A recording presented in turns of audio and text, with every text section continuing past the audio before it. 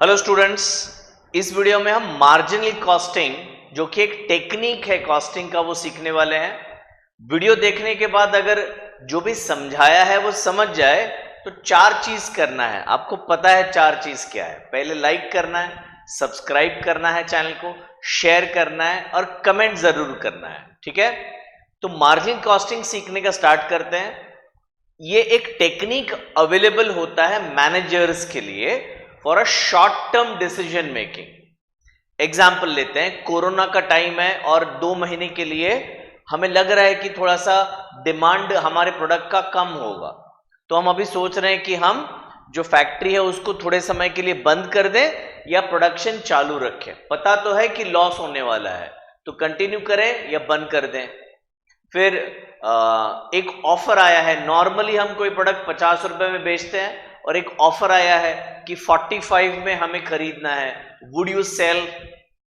फिर हम 2-3 प्रोडक्ट बना रहे हैं सेम जो मशीनरी है, रॉ मटेरियल यूज करके, और तीनों का सेलिंग प्राइस जो कॉस्ट है वो सब अलग अलग है। तो हमें कौन से प्रोडक्ट को ज्यादा प्रेफरेंस देना चाहिए, प्रायोरिटी देना चाहिए कि मैं पहले ये बेचूंगा, फिर ये बेचूंगा, फिर ये बेचूंगा। तो ये सारे टेक्निक्स हैं मार्जिनल कॉस्टिंग। ये जो सारे प्रॉब्लम्स हैं वो प्रॉब्लम्स को सॉल्व करने में हमारी हेल्प करता है। अगर आप पूरा वीडियो देखेंगे तो आप भी सक्षम हो जाएंगे, केपेबल हो जाएंगे ऐसे प्रॉब्लम्स को कैसे सॉल्व करते हैं वो समझने के लिए। ठीक है, अगर आपको वेरिएबल कॉस्ट, फिक्स्ड कॉस्ट और सेमी वेरिएबल कॉस्ट नहीं पता है तो एक वीडियो का लिंक दे रहा हूं आपको, वो वीडियो पहले देखिएगा, क्योंकि वो अगर क्लियर है तभी यहां की बातें जो है वो समझ में आएगी। ठीक है, तो समझने के लिए एक एग्जांपल से स्टार्ट करते हैं कि I am a manufacturer of this pen. ठीक है, एंड ये पेन मैन्युफैक्चर करने में मुझे 3 कॉस्ट लगती है। एक लिखते हैं मटेरियल कॉस्ट, और एक पेन बनाने में मुझे फिगर एग्जांपल है 20 रुपए का मटेरियल कॉस्ट लगता है। फिर जो लेबर, जो वर्कर ये पेन बनाता है, वेजेस बोल सकते हैं या लेबर कॉस्ट बोल सकते हैं, उनको मैं 7 रुपीज देता हूं पर पेन। उसके बाद variable overheads, variable overheads as I said, अगर आपको वेरिएबल और फिक्स्ड का डिस्टिंक्शन नहीं पता है तो वो वीडियो जरूर देखिएगा। वेरिएबल ओवरहेड एक सिंपल एग्जांपल कि जो मशीन यूज होता है ये पेन बनाने के लिए, उसका इलेक्ट्रिसिटी एग्जाम्पल है। पर पेन मुझे 3 रुपीज इलेक्ट्रिसिटी का कॉस्ट लगता है, विच मीन्स मेरा वेरिएबल कॉस्ट जो है वो 30 रुपीज है। Variable cost, variable cost, variable cost यानी ये तीनों का टोटल, ओके, 30 रुपीज है।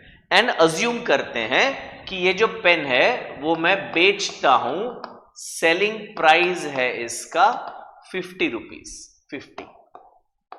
ठीक है, अभी अगर मैं ये 30 को जरा बाहर लिख दूं,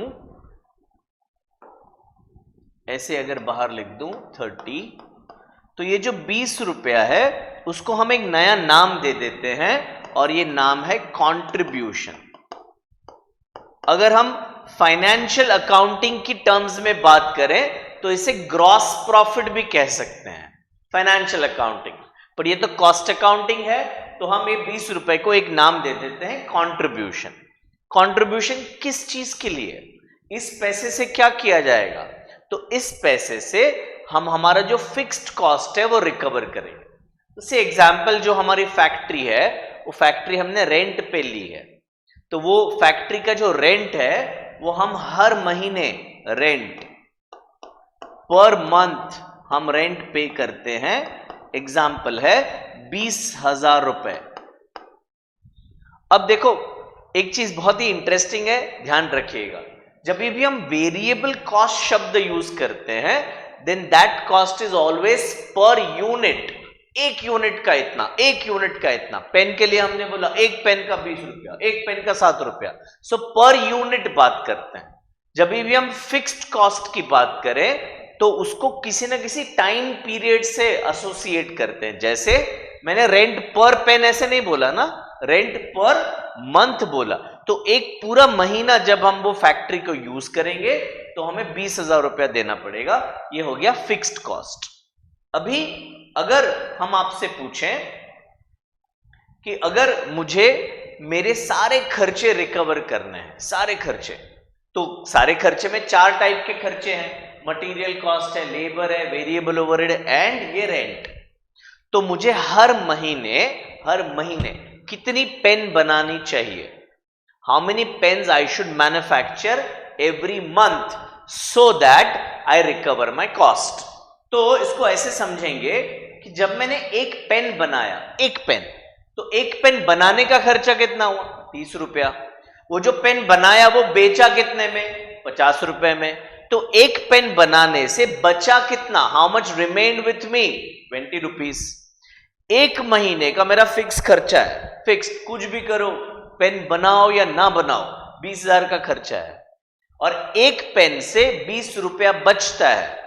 तो मेरे सारे खर्चे, सारे यानी वेरिएबल प्लस फिक्स, कब रिकवर होंगे, जब मैं 20,000 डिवाइड बाय 20 यानी कि 1,000 पेन बनाऊंगा, तब मेरा सारा खर्चा निकल जाएगा। आई विल रिपीट, जब मैं 1,000 पेन बनाऊंगा तो 20, अगर 1,000 से मल्टीप्लाई करता हूं तो 20,000 रुपए जमा हो जाएंगे, और वो 20,000 मैंने अगर रेंट लैंडलॉर्ड को दे दिया तो मेरे सारे खर्चे रिकवर हो जाएंगे। और ये जो 1,000 हमने गिना उसको कहते हैं ब्रेक इवन पॉइंट। क्या कहते हैं, ब्रेक इवन पॉइंट। तो ब्रेक इवन पॉइंट का इन यूनिट्स अगर मैं लिख रहा हूं, ब्रेक इवन पॉइंट का फॉर्मूला हमने अभी फाइंड आउट किया, और वो फॉर्मूला है fixed cost divided by contribution per unit. Fixed cost कितना है बेटा, फिक्स्ड कॉस्ट है 20,000 और कंट्रीब्यूशन पर यूनिट है 20, तो इज इक्वल टू 1,000, है ना। आप कभी भी फिगर लिखो तो फिगर को अकेला मत छोड़िए, उसके आगे या पीछे कुछ तो लिखिए। तो ये 1,000 क्या है, तो 1,000 यूनिट्स है, यानी कि 1,000 पेन है। तो 1,000 यूनिट्स अगर मैं बेचूंगा तो मेरा ब्रेक इवन हो जाएगा, break even point in units. Okay, अब यहां पे जो हमने कैलकुलेशन किया है वो यूनिट्स में किया है। अगर हमें कैलकुलेशन रुपीज में चाहिए तो इसके लिए हमें 2 चीजों की जरूरत है। पहला चीज ये, एक नया फॉर्मूला, और वो फॉर्मूला है पीवी रेशियो। इसको प्रॉफिट वॉल्यूम रेशियो भी बोलते हैं। अगर मैं रिश्ता बनाता हूं, रिश्ता किसका, रिश्ता कंट्रीब्यूशन का सेल्स के साथ। क्या मैं ऐसे कहूं कि अगर मैं 50 रुपए में पेन बेचता हूं, 50 रुपए में अगर मैं पेन बेचता हूं तो कंट्रीब्यूशन कितना बचता है मेरे पास, 20 रुपया। अगर मैंने 2 पेन बेचे तो 100 रुपीज का सेलिंग प्राइस हो जाएगा, और कंट्रीब्यूशन 2 पेन का कितना होगा, 40 रुपया। तो जो पीवी रेशियो है that is nothing but relationship of contribution with sales. For every 100 rupee of sale how much is my contribution. PV ratio का मतलब for every 100 rupees of sale how much is my contribution, how much is my contribution, यानी कितना पैसा मेरे पास बचेगा, जिसमें से मैं फिक्स कॉस्ट माइनस कर दूं तो प्रॉफिट मिल जाएगा।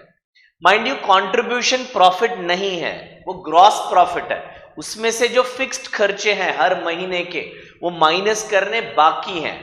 तो पीवी रेशियो का मतलब, पीवी रेशियो एक रिश्ता है किसका किसके साथ, कंट्रीब्यूशन का सेलिंग प्राइस के साथ। तो मैं फॉर्मूला लिखता हूं, कंट्रीब्यूशन, पीवी रेशियो का formula contribution per unit divided by selling price per unit, और इनटू 100, क्योंकि मुझे 100 के बेस में परसेंटेज के फॉर्म में चाहिए। तो कंट्रीब्यूशन पर यूनिट 20 रुपया है, सेलिंग प्राइस 50 रुपया है, इनटू 100 अगर करूंगा तो मुझे आंसर मिलेगा 40%। 40% का अगेन मतलब है कि जब मैं 100 रुपए का गुड्स बेचता हूं, जब मेरी सेलिंग प्राइस 100 रुपया है तो 40 रुपया मेरा कंट्रीब्यूशन है।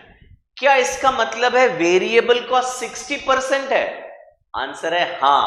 अगर मैं ये 30 को 50 के रिलेशनशिप में लेके आऊं, जैसे मैंने गिना पीवी रेशियो, वैसे अगर मैं ये गिनूं variable cost as a percentage of sales, तो मैं फॉर्मूला नहीं लिख रहा हूं, आपको समझा रहा हूं। वेरिएबल कॉस्ट कितना है? 30 है। सेलिंग प्राइस कितना है? 50 है। इंटू 100 अगर मैं करता हूं तो 60% मुझे मिल जाता है। यानी इसका मतलब यह है कि हमेशा वेरिएबल कॉस्ट और पीवी रेशियो का जो टोटल है वो 100 होगा। तो अगर क्वेश्चन में बोला है पीवी रेशियो 40% है तो इसका मतलब वेरिएबल कॉस्ट 60% है। अगर क्वेश्चन में बोला है वेरिएबल कॉस्ट 60% है तो इसका मतलब पीवी रेशियो 40% है। ठीक है। अगर वेरिएबल कॉस्ट 70% है तो पीवी रेशियो 30% है। अगर पीवी रेशियो 20% है तो वेरिएबल कॉस्ट 80% है। इन शॉर्ट आपको समझ आ गया कि दोनों का जो टोटल है वो हमेशा 100 होना चाहिए। ठीक है। अब मैं वापस से लेके जाता हूं इधर, यहां पे ये 1000 को हम क्या समझाएंगे? 1000 को हम ये कहेंगे that when I sell 1000 pen every month then I will break even. तो यहां पे हम नंबर ऑफ पेन के बारे में बात कर रहे हैं, break even point in units. अगर मुझे break even point in rupees चाहिए, यानी जो भी पेन मैं बेचूंगा वो कितने रुपए का होगा, break even point in rupees अगर मुझे चाहिए तो उसको ढूंढने के दो फॉर्मूलाज हैं। ठीक है, दो फॉर्मूलाज। पहला formula break even point in rupees is equal to, पहला फॉर्मूला बहुत ही सिंपल है और वो फॉर्मूला है break even point in units multiplied by selling price per unit. तो हमें ढूंढना क्या है? हमें यह ढूंढना है कि ब्रेक इवन पॉइंट रुपीस में कितना, यानी कितने रुपए के पेन बेचूंगा। तो सर 1000 पेन अगर आप बेचोगे तो ब्रेक इवन होगा, यूनिट्स में तो आपने ढूंढ लिया है। और एक पेन का जो सेलिंग प्राइस है आपने बताया सर 50 रुपया, तो यानी 50,000 रुपया, रुपीस 50,000। जब आपका break even point rupee terms में 50,000 है तो ब्रेक इवन हो जाएगा। तो ब्रेक इवन पॉइंट क्वेश्चन में यूनिट्स में पूछ सकते हैं या रुपीस में भी पूछ सकते हैं। ठीक है, ओके। अब इसको दूसरे तरीके से सोचते हैं, इसका दूसरा फॉर्मूला ढूंढते हैं। तो पहले कॉन्सेप्ट समझाऊंगा फिर फॉर्मूला में उसको कन्वर्ट करते हैं। तो कॉन्सेप्ट ये है बेटा, कॉन्सेप्ट ये है कि जब मेरा सेल 100 रुपीस है तो मेरा कंट्रीब्यूशन 40 रुपया है ना। पूरा लिख लेता हूं, ठीक है। कंट्रीब्यूशन सर ये कैसे निकाला आपने? अरे बेटा पीवी रेशियो से निकाला ना। पीवी रेशियो क्या है? रिश्ता है किसका किससे? सेल्स का कंट्रीब्यूशन से। तो जब हमने बोला पीवी रेशियो 40% है, इसका मतलब जब जब मेरा सेल 100 रुपया होगा तब तब मेरा कंट्रीब्यूशन 40 रुपया होगा। ठीक है। अभी हम ये सोच रहे हैं कि भाई मेरा जो पाप है वो सारा पुण्य में कन्वर्ट हो जाए, है ना, मेरे सारे पाप धुल जाए। तो पाप यानी फिक्स्ड कॉस्ट, तो 20,000 का मेरा फिक्स्ड कॉस्ट है, ये मैं अगर रिकवर करूं तो मेरे सारे पाप धुल जाए। यानी कि मैं चाहता हूं कि मेरा कंट्रीब्यूशन 20,000 हो, मैं चाहता हूं कि मेरा कंट्रीब्यूशन 20,000 हो। तो मैं ये सोच रहा हूं कि 40 रुपए के कंट्रीब्यूशन के लिए मेरा सेल होना चाहिए 100, तो 20,000 के कंट्रीब्यूशन के लिए मेरा सेल कितना होना चाहिए? तो अगर आप इसको क्रॉस मल्टीप्लाई करें 20,000 इंटू 100 डिवाइड बाय 40, तो ये आपको सेम आंसर दे देगा 50,000। ये 50,000। अब मुझे पता है कुछ लोग ये सोच रहे हैं सर ऐसे तो आ गया था, तो क्यों ये नया नया फॉर्मूला सिखा रहे हो, क्या जरूरत है? जरूरत है बेटा, क्योंकि क्वेश्चन में कभी ये इन्फो नहीं होगा आपके पास, तो ये फॉर्मूला यूज करना पड़ेगा। आपका काम है सीखने का। ये भी तरीका एक है, ये भी तरीका है दूसरा। ठीक है, दोनों तरीके में से कोई भी यूज किया जा सकता है। अब let us change this to formula. तो ये 20,000 जो न्यूमरेटर में लिखा है वो हमने क्या लिखा है, वो हमने लिखा है फिक्स्ड कॉस्ट, और ये 40%, ये एक्चुअली 40% है, 40/100 है जो न्यूमरेटर में चला जाता है। तो ये 40 क्या है, पीवी रेशियो है ना बेटा, पीवी रेशियो मल्टीप्लाइड बाय 100। तो ये हमें मिल गया break even point in rupees का दूसरा formula, fixed cost divide by PV ratio into 100 से हमें 50,000 मिल जाएगा रुपी टर्म्स में। ठीक है, अभी दो सवाल पूछता हूं आपसे। आपकी पढ़ाई के लिए दो टाइप की अप्रोच हो सकती है। एक अप्रोच ये कि मैं डेली 2 घंटे पढ़ूंगा तो कितने मार्क्स आएंगे, और दूसरा अप्रोच ये मुझे अगर 90% लाना है तो डेली कितना पढ़ना पड़ेगा। तो ऐसे एज ए बिजनेसमैन दो सवाल मेरे हो सकते हैं कि मैं हर महीने अगर 4,000 पेन बेचूं तो कितना प्रॉफिट होगा, ये एक क्वेश्चन।